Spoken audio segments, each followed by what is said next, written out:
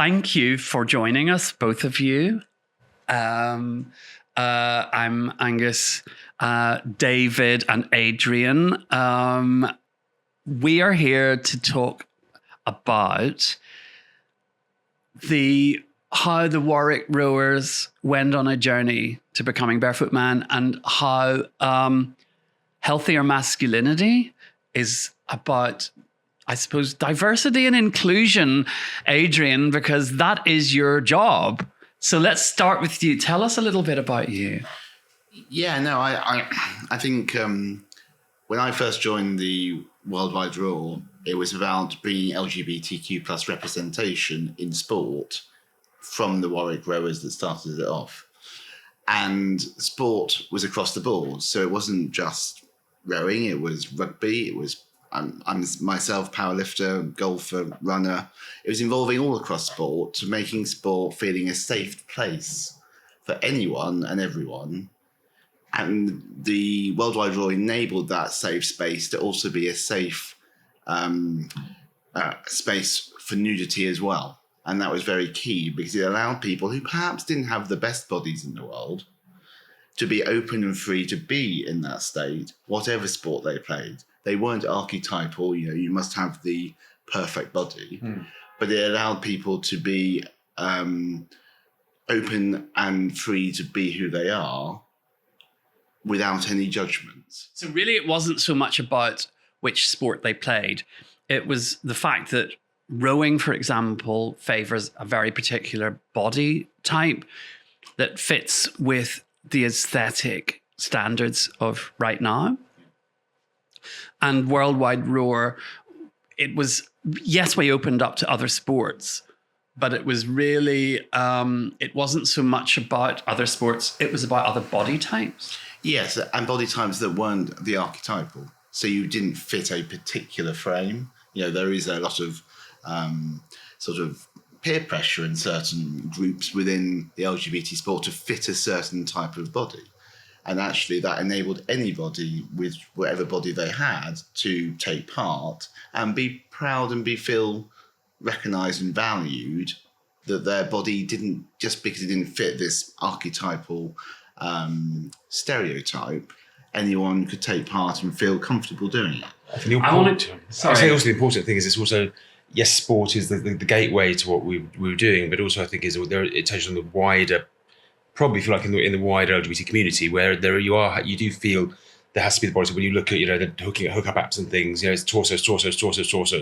So there is a pressure that you have to conform. And I think what this project does is it, like you say, it encourages that wider body positivity, that wider range of body types that most people have. And I think you're right. It does make it more accessible when people see these images of their body type. It makes them feel more at peace with themselves, I think, and not feeling they have to strive to something that might not be attainable. Absolutely. So, David, that brings us to you. Tell us about how and why you came to the Worldwide Roar. It was, the initial approach was through a rugby team. So that was through, I think it was the Manchester Spartans approached our club, the London Stags. They looked for people to take part in this, and we were told that the ethos was about body positivity. I have a genetic condition called neurofibromatosis. It qualifies as a rare disease or a rare condition. There's I think it's something like 45,000 people in the country have it. And what it involves are tumours on nerve endings. So I have lumps all over me. I don't have many on my face, but sort of lots on my torso, lots on my back. And I do get some rejection because of it. Mm-hmm. I get, people look at the body pictures on hookup apps and they are, what's this? What are the lumps? And then some are, fine. If I say, it's genetic, it's nerve endings, it's tumours. Some people, fine. Other people's block. Mm. Or, are you sure it's not contagious? Monkeypox. When monkeypox was, of course it hasn't gone away, but when it first sort of entered into the community, people are like, have you got monkeypox? I'm like, no, I'm vaccinated. It's fine. It's genetic.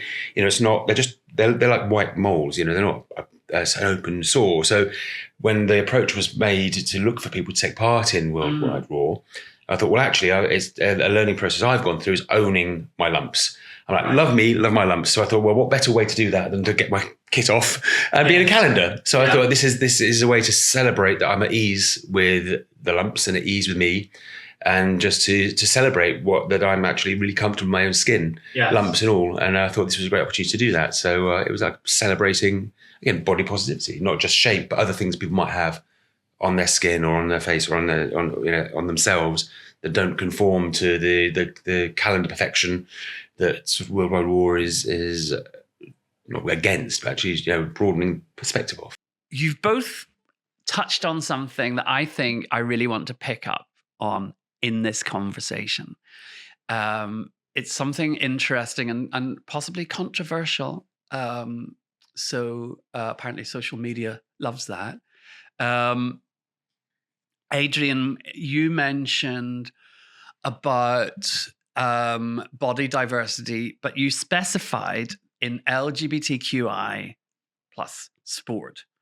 And David, you talked about how your neurofibromatosis has impacted on your acceptability on gay dating apps or hookup apps. I mean, I think that's rare, a whole point in itself. We're not talking dating, we're talking hookups. So that right there, that's another aspect of what we're talking about here, which is the gay male gaze. Because I remember back in the day when I was working at the BBC, we were looking at doing a documentary about body dysmorphia in men, but it was really in the gay community. It wasn't in straight men. It was this it was like the straight male gaze on women had caused all kinds of disorders in women, eating disorders. There's a lot in our culture that is to do with the straight male gaze. And in the gay community, in the queer community, whatever we want to call it, men are still looking with that same almost sort of transactional perspective. It's very much about flesh, not about character or personality. It's not about romance. Let's be honest. You see the memes about the difference between the Tinder profile, the Grindr's profile, the Scruff profile, the Recon profile. I haven't seen those memes. I wish I could find it, because there was a brilliant one about the sort of, Tinder is all, I want romantic walks on the beach, right down to Recon, which is probably things we can't say on a podcast, but there's a spectral going down. Recon is so far along the spectrum, I've not even heard of it, but I'm a nice boy. Okay. I can't believe that. Right, there is a different persona between the dating apps and the hookup apps, but yes, but that one of the more to hook-oriented ones is the flesh and the torso. There's exactly. A feeling that, are there gay dating apps or are there just gay hookup apps? I don't know. Again, they're the same people on the same apps with a different sort of agenda, I think. But so depending on whether it's a weeknight or a weekend. Well, if they're on Tinder, Hinge or Grindr, I think. But there are dating apps, and I think there are people who are out there who are looking for more other apps, but there are the hookup culture is endemic, I think. Right. So the hookup culture is I think the thing that I feel we touched on there, because it's very much about the visual perspective. You're not even in a bar together. You're looking at a picture online and you're making a decision on quite a well curated picture, with or without filters possibly, but you're of course going to show the best light. I find hungover on a Saturday morning, I'm slightly dehydrated, I'm quite happy with with some of the torso pics I've taken, because even though I've talked about, in fact I do celebrate the body positive elements, there are elements where I think I do need to look a certain way, and partly there are elements of long-term health and general health and well-being, but you also do feel being late middle age, and there's an element of competition about the people who are on those apps and the amount of flesh they're showing, and you need to sort of conform in a way sometimes. Well, that's I think where we're getting to here really is that there is this pressure in the, let's call it the queer community, the queer male community, to conform to certain body stereotypes. And in Worldwide Roar, we tried to get away from that. Because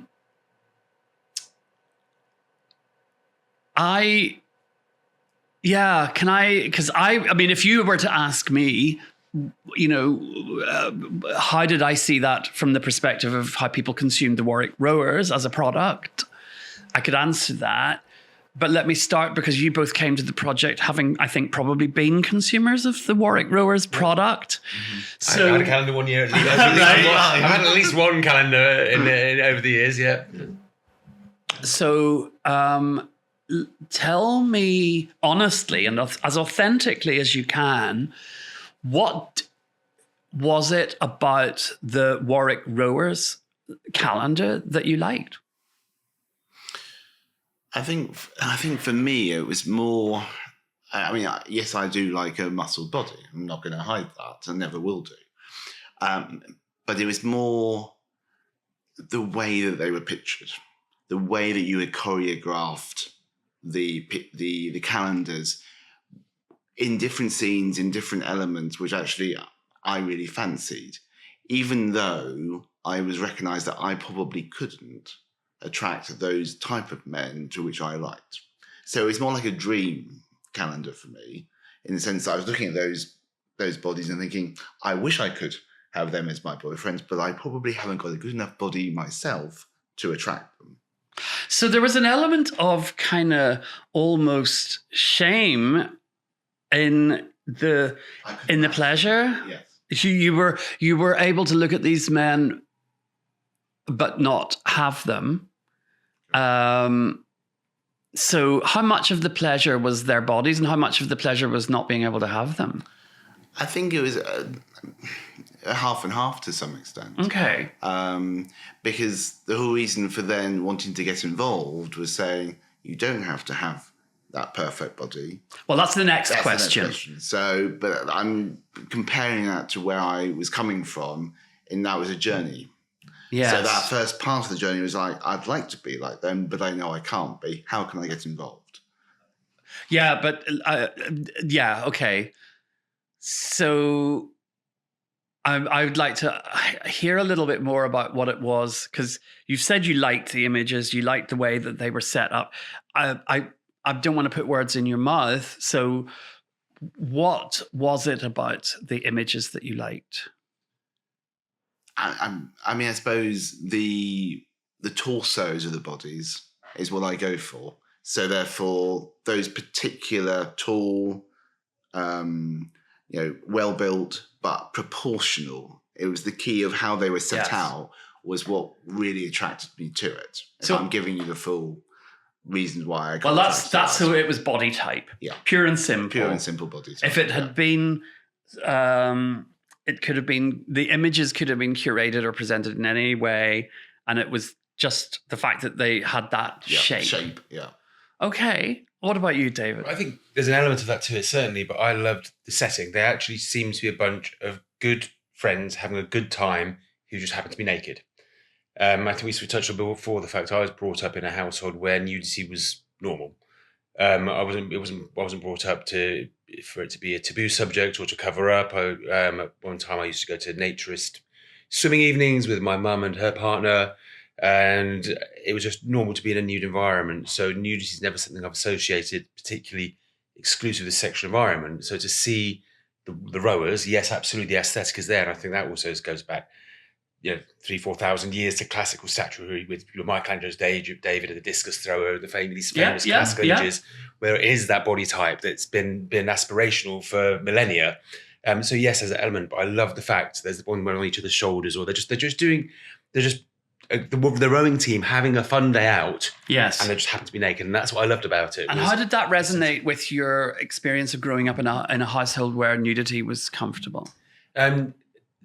I think the nudity element of it wasn't titillating. I think, okay, yes, they are very attractive people. They're sports persons. They have this ideological physiology that lots of people aspire to. but it was more the setting that made the calendars fun and appealing. I think yes, they're pretty, but I like the settings, the environment. They didn't seem, of course, they're posed, but they didn't seem forced posed. It was like it was almost candid. You know, it's like here's a bunch of boys out having a fun day, and somebody just happened to be there with a camera, not as I've experienced. Actually, haven't been on a shoot to say we're going to try this. We're going to try this. You put your hand here to cover this bit. You know, your oar is going to cover this bit. So obviously there was an element of posing to it, but it didn't look posed. It looked just natural. I think it's sometimes in the calendars they can be quite posed, but in the films and in the books, for example, you get that more spontaneous feel because the calendar by its nature had to be fairly but it looked contrived, kind of candid. Well, in a way, you know, it's great to hear that, and I think what I'm taking away from that is that you were finding a resonance with how you had perceived nudity as a child, which our general culture does not support. Generally, in our culture, nudity has, and I was using this in a discussion with an artist the other day, it's been appropriated as a raw material that's then processed and resold to us for profit through commercial pornography, through social media, through whatever, you know, we're through mainstream media, TV and film to a lesser extent. They've basically TV censorship where there's a little to cover it up. You know, there's this, unless you're paying for it. Yeah. That's been my point, is that nudity is associated with sexual titillation and with providing a sexual sort of experience. And I'm suggesting that perhaps what you saw in the calendar was something that reminded you of growing up in in a household where that was not the case. I think so. It was certainly just the nudity wasn't element. It was just normal. It was just normal to see nude figures, but just particularly attractive ones.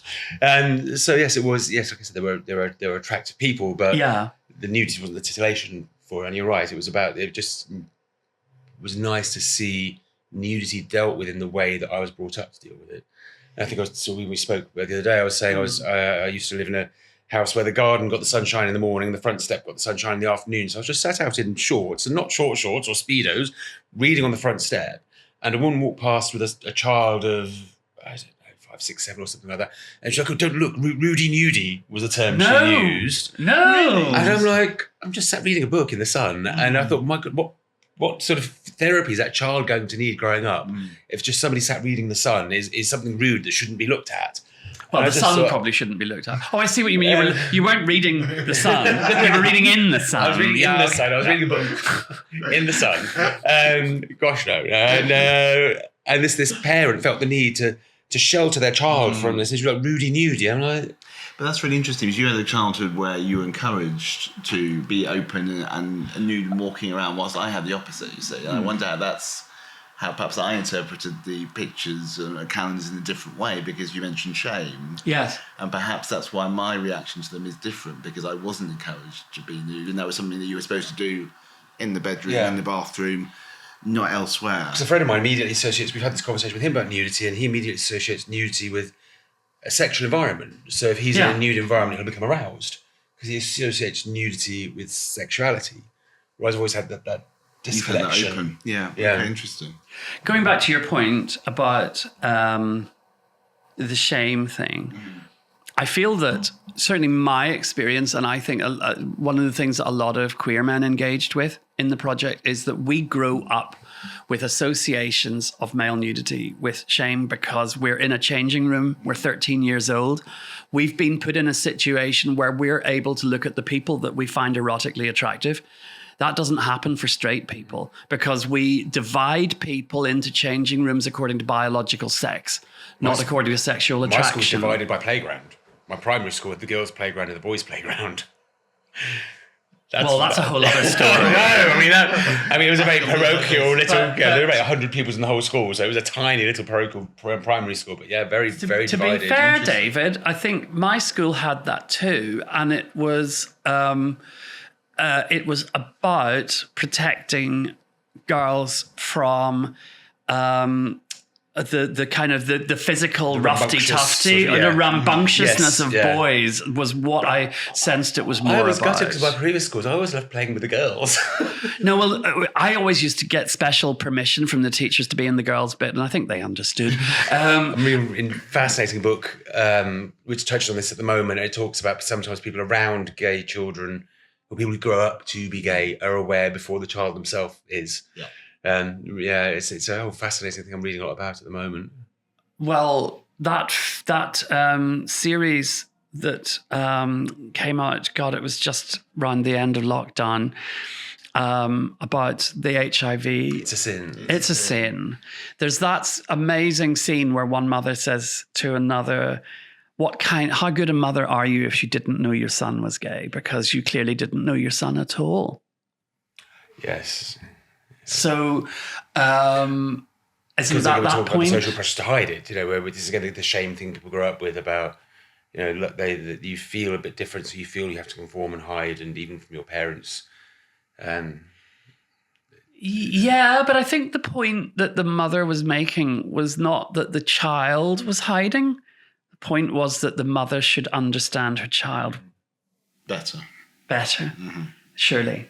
I kind of, that was what I took away from that. And I thought, I think my parents died when I was quite young, so I didn't really ever get to have that conversation. But I'm pretty sure that they knew that I was gay, but it would never have occurred to them as parents to sit down and try and have a conversation with me about it, because I think for a start, they wouldn't have had a clue what to say. Because what they would have wanted to say is, don't do this, don't be this. That's not going to work out for you in life. And I think that at the time, that would have been considered absolutely the kindest thing for a parent to do, would be to steer their kid away from something that they wouldn't have seen as an inevitable fate. They would have seen it as something that could be avoided because it wasn't natural.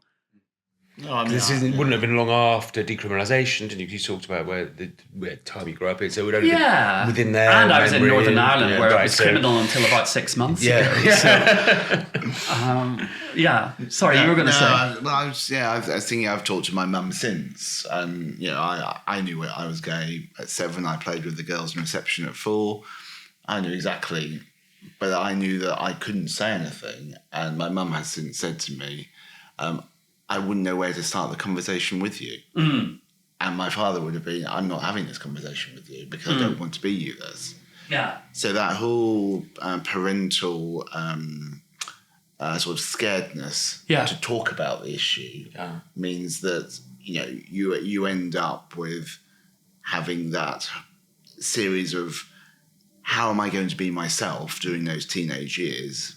Are you going to survive? Well, if I can jump in, you end up in a changing room with some guy's dick in your face, and you're having a great time, and you feel. Well, sorry, I'm speaking. I'm getting back to the point that we were on, which was about the changing room. Yeah. We can get back to where it took you, if we may, in a moment. But I think the thing is that when you don't have support structures around you that make you aware that this is a possibility and it's an acceptable possibility. And a lot of people still feel like, oh yeah, if my kid turns out to be gay, I'll be fine with it. And it's like, yeah, that'll be too late. The damage will already have been done. You don't wait for your kid to come to you. You are open to your kid from early on, and otherwise you end up in the situation, which is where we started here, which is why sorry for wanting to pull it back, but you end up in a changing room. You're in a changing room because society has said this is not a sexual space. We've deliberately created these spaces to exclude sexuality, but they're only excluding one sexuality. They're excluding heterosexuality. I just had this sudden revelation. Maybe that's why I hated sport at school, because I didn't feel comfortable in the changing room. I'm like, that's a little revelation. I'm thinking maybe that's why I didn't want to do sport, because I was afraid of looking. I was afraid of getting caught looking. Yes. I knew what I wanted to look at, absolutely, from a very early age. Yes. So maybe that's why I hated sport. Were you good at sport, though? No, awful. I was the fat kid at school no one wanted to pick, and I hated it. I think I didn't do PE for the last 2 years at school because Mum just wrote me notes all the time.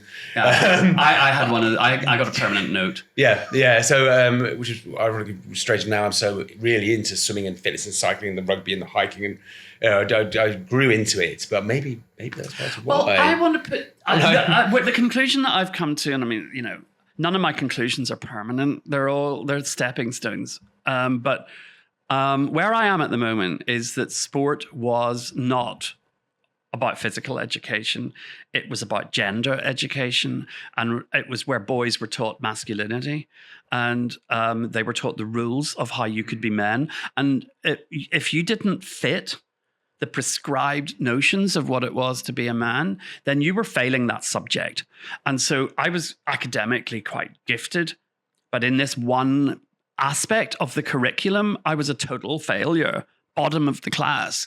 And so I, of course, hated it. But it was a subject I was never going to pass because I was never straight passing. I was a sissy from the first day I started school and was told so every day for the next 14 years before I went to university and got told I was a sissy by the university rugby team, because this was different time.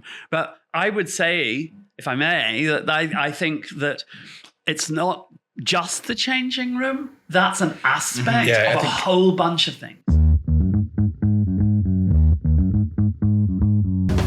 Hello, Barefoot family. I hope you're enjoying this conversation so far. And if you're interested in getting involved like David and Adrian already have, then you can sign up to barefootman.org and take part yourself. Just click on the link below and fill in the form. And while you're there, don't forget to check out our great range of books, calendars, art prints, and amazing digital content. Use the code PODWALK to get 25% off everything in our shop. But hurry, because it's limited to the first 100 purchasers. And now, let's get back into it with David and Adrian.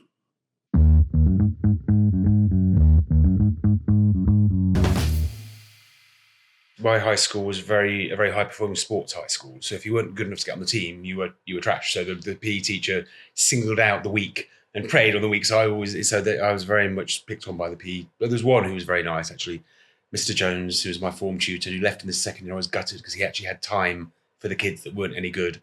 When he left, everything was all about if you don't perform, you're not worth my attention. Which is one thing I was saying to him. Well, that's what I wanted to do why I wanted to succeed at the rugby.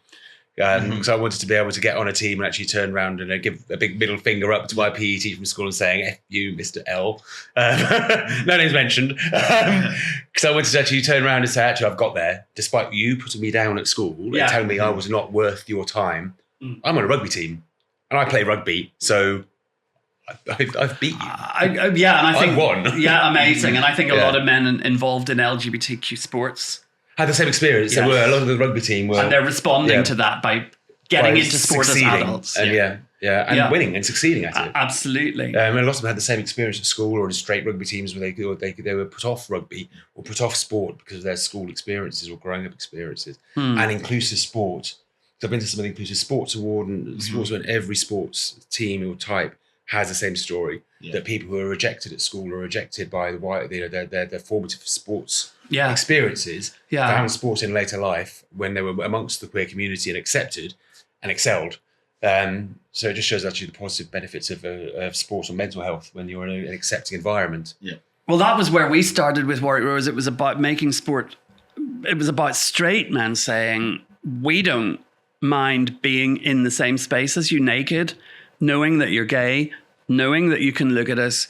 We accept that, we embrace that is the reality, and we embrace that is an inevitable part of how you're going to experience that space. How did the conversation with the Warwick rowing team first happen?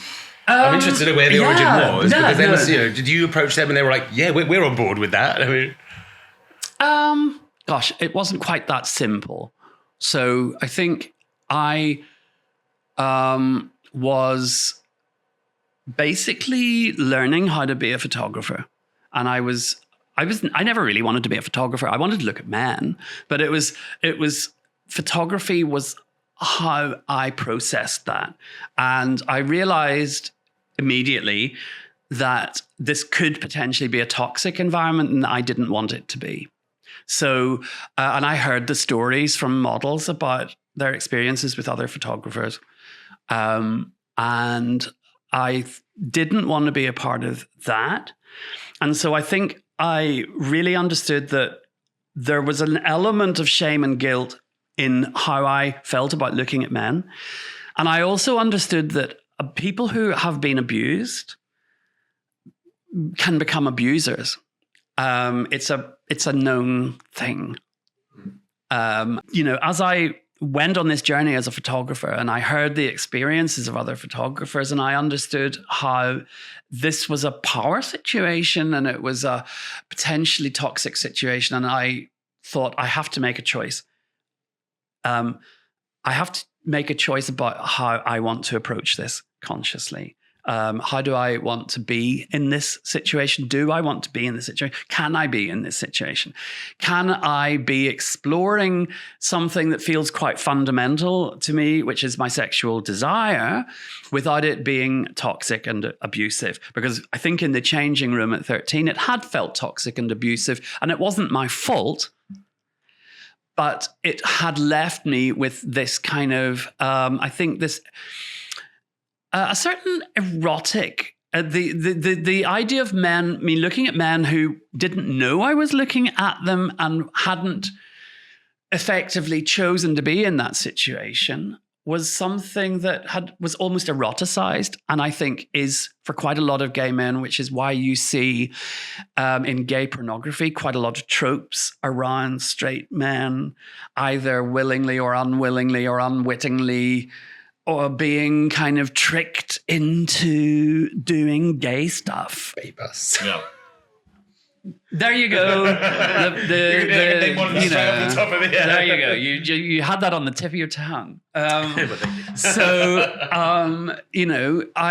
didn't want to be the bait bus. And when I went to the Rowers we're having a disco pedicab moment. We have a few of these on the Talking Barefoot podcast because, this is living in central London. You have disco pedicabs. Anyway, they've gone now. So I initially came along and I said, I'll shoot this fundraising calendar for you guys. And they didn't know how to sell it. And I said, well, we can sell it. But would you have a problem with it? To cut a long story short, would you have a problem with it if most of the people who buy it are gay men? And they looked at me like I was mad, and they said, why would we have a problem with that? And I said, well, when I was at university, literally the university rugby team members, the guys who were at Queen Mary London from 1983, graduating 1986, who played rugby, you're welcome. They would just say, F off, you queer. They, without me actually having I might be just sitting in the refectory, eating my chips or whatever. And one of the guys would, and he would either knock my plate off the table or not, it was classic. That's repressed homosexuality. Well, that's a whole other conversation, but okay. It's certainly men who felt that they felt the need to assert their masculinity and their power over me. And they certainly would not have welcomed the idea of gay men looking at them naked. That way, I think, if a gay man couldn't just mind his own business and eat some chips in the same room, I think we can be fairly sure they weren't going to do a naked calendar for them. And these guys, so it was for me, it was oh, wow. And I thought, that is so incredible. That's so incredible that in such a short space of time, we won't talk about how long the period of time was, but from my being at university to those guys being at university, things had changed that much. And I thought that is actually something to celebrate. And also these guys are quite privileged. So this is not global. These guys are kind of almost at the cutting edge, if you like, of being straight alpha males, because they fit that bill of being the guys who go on to have mega successful careers in the city, as many of them have. And these are the guys that you expect to be absolutely the jocks. And I thought, if we can get these jocks to say we're pro-queer, we're happy to do this. We're happy to share this space with queer men. Then that's an incredibly affirmative message for the world, and it makes sense of what I am doing as a photographer of men's bodies. So it gives me a purpose, and it gives me a sense of, I suppose, maybe moral validation is actually, to be old-fashioned about it, but I grew up with a lot of old-fashioned rules. This was a way of going back to that point where I was in the changing room. And first of all, the guys are saying, we know you're gay, and it's okay that you're looking at us. And what's most important for us is that you don't feel bad in this situation. And if we can support you in this situation, that's even better. If we want to be part of supporting you in this situation. So that was where I really, that was why I embraced this project and made it my life's journey, I guess, because it has been for 14 years. It's great seeing the evolution as it's gone through the ideological form of the Warwick Rowers, and then learning about the evolution of it to the Worldwide Raw when it was about the wider body positivity. I thought, wow, what a great journey to take. And again, why I want to be part of it was to celebrate that. So it's been fascinating to watch the journey from an outside point of view as well, from a consumer. Well, I feel a lot of people didn't get it. Our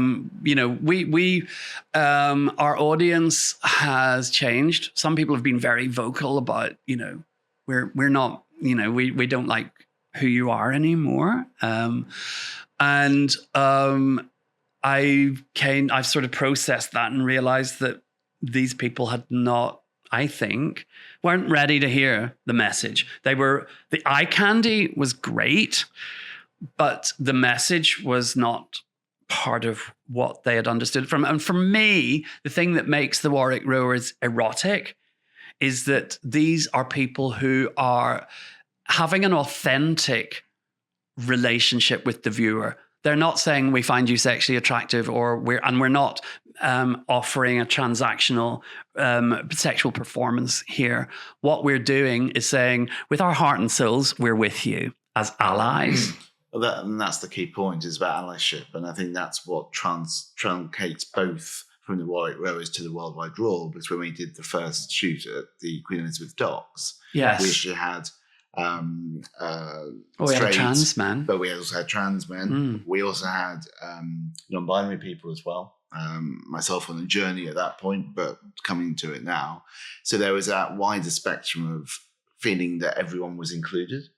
And I think that's the key message that the Warwick Rowers, the Worldwide Raw, the Barefoot Man puts out there, is that it's about inclusion and that everyone is welcome, whoever you are, however you come across, whatever your authenticity is.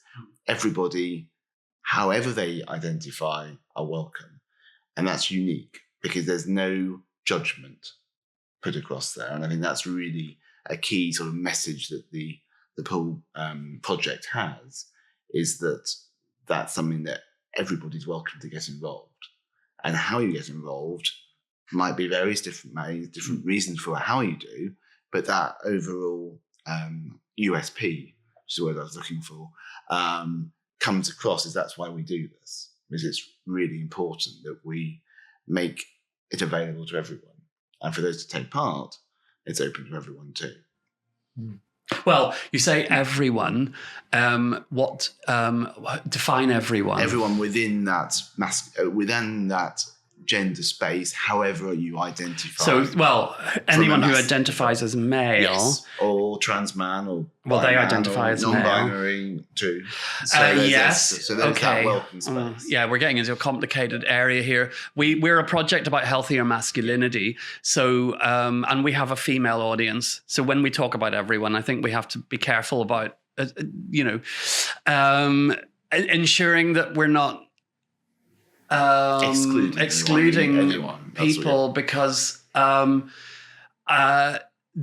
this is about men having a space to reflect on masculinity. Mm-hmm. It's not a space that excludes women, because I think women have a very valuable perspective on how masculinity could be healthier, and we want to hear their voices.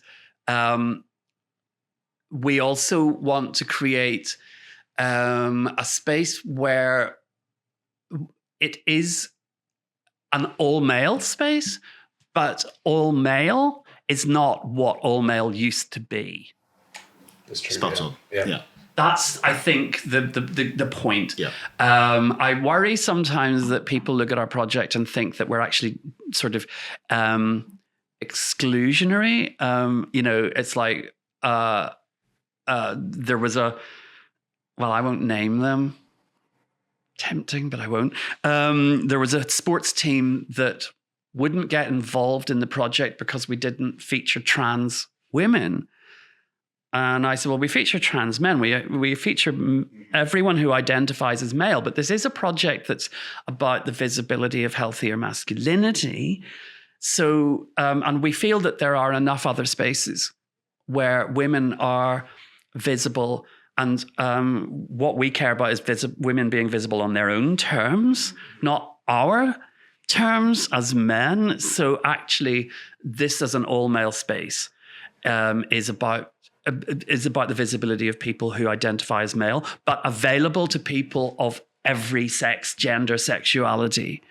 And so I felt that they were trying to be super woke by saying, yeah, but you can't exclude trans women. And I'm like, well, we're not excluding trans women. We don't think trans women would want to be in this project because their journey's in the other direction. But in today's climate, it's very important to be clear about these things. And it's not always easy. It's very complicated, and things get weaponized very readily, we live with it. And I think what I was saying to somebody in another podcast is I always try to engage with criticism positively, because it's an opportunity to get my message out. And it's also an opportunity, if somebody's really trying to call me out, it's like, okay, let me think. And then I'll actually come up with a sort of a policy. I'll come up with a statement, and it's like, this is me distilling what's in my head in words for you on Twitter with, minimum, maximum, whatever it is, however many words. So it's like, you have to really boil it down. But it's also an opportunity to educate. And I know that's a large part of what we do that's as well. Exactly what education, learning. And you may get asked questions which you don't have an easy answer to. But that's the whole point of finding a space to be able to talk, be able to discuss sensibly with a welcoming, kind atmosphere, conscious that the topics are never easily discussed. And I think that's why having that space, wherever that space is, whether it's online, whether it's via a podcast, whatever, or a retreat, or a shoot, whatever it might be, to give those kind of different options for people to learn and listen to others. And I always know that whenever I do any part of the Barefoot Man project, I always learn something from it. And I think that's key for anyone who takes part. Oh, that's amazing, Adrian. Thank you for that's a very nice thing to hear. We are an education project fundamentally. My background is in health promotion and behavior change. And I started out wanting to confront, myself really, most as authentically as possible. And it's become this. And this is still becoming. Oh, that was deep.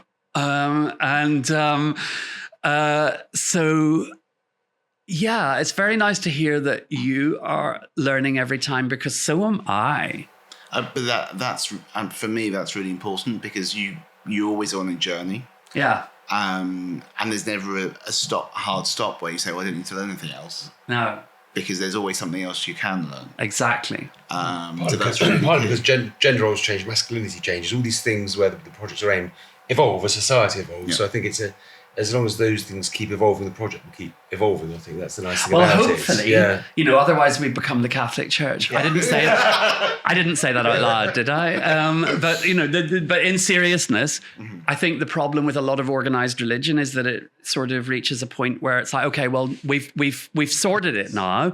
The formula is done, and we don't need to change anymore. And I feel like the thing that sometimes we get criticized for, which is our evolution from the kind of the beautiful university rowers to being this project that features such a broader range of men, that's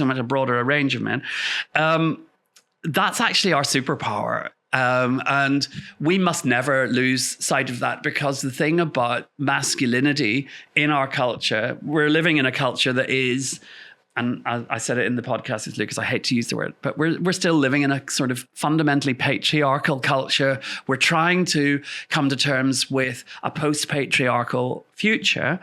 And Andrew Tate is selling one solution to that, which is you double down and you treat the culture wars as a zero-sum game where a particular kind of man has to really kind of go out there and basically kill anybody that doesn't agree with him.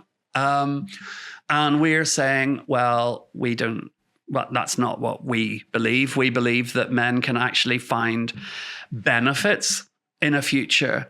We don't believe it is a zero-sum game. We believe that men can have a healthier lived experience, a more rewarding time by not shutting down different parts of themselves to fit into this box that they were given as boys. Very outdated box. I think masculinity evolved. Exactly. And vulnerability is becoming part of that. And I think, again, these sorts of projects and about this nudity that some people, I think when Lucas spoke in the podcast, he talked about the vulnerability of taking his clothes off and feeling liberated by it and things. And I think a lot of people had that from the experience. Yes. It wasn't my experience. There you go. I mean, yes, was it your experience? I think it was great that a lot of people had that experience of exposing that vulnerability to themselves. And I think masculinity has to evolve. Like you said, the Andrew Tate stuck in that rigid form of what masculinity was. And I think it has evolved. And I think men are feeling that masculinity has changed and that expression and emotion should be part of that. Hopefully. Well, some are. I mean, we in another podcast, I talked to Susan, our head of policy, about research that just came out from King's College London about how younger men find feminism more problematic, threatening than older men. I had to write to somebody recently who had been a follower of the Warwick Rowers and had gone on Instagram and said, yeah, this project has lost its way since like 2017. And I deleted the comment, but I looked him up on our database, because if you're going to be a troll that's on our database, you're kind of like, you need to be a next level troll. So I wrote to him and said, look, I've deleted that comment, because there are a lot of people who've put a lot into this project since you decided it, lost its way. But I would love to hear why you think that. And he wrote back, and it was basically the guys aren't as hot. And also, I particularly enjoyed the fact that the M5 motorway ran by the boathouse. And so it's like, oh, right, so public humiliation, nudity is your thing. That's fine. I'm sure that, you can find stuff about that on Pornhub. But really, you haven't offered me any compelling evidence that we have lost our way. What you've basically said is that we're no longer to your taste. And that's a completely different thing.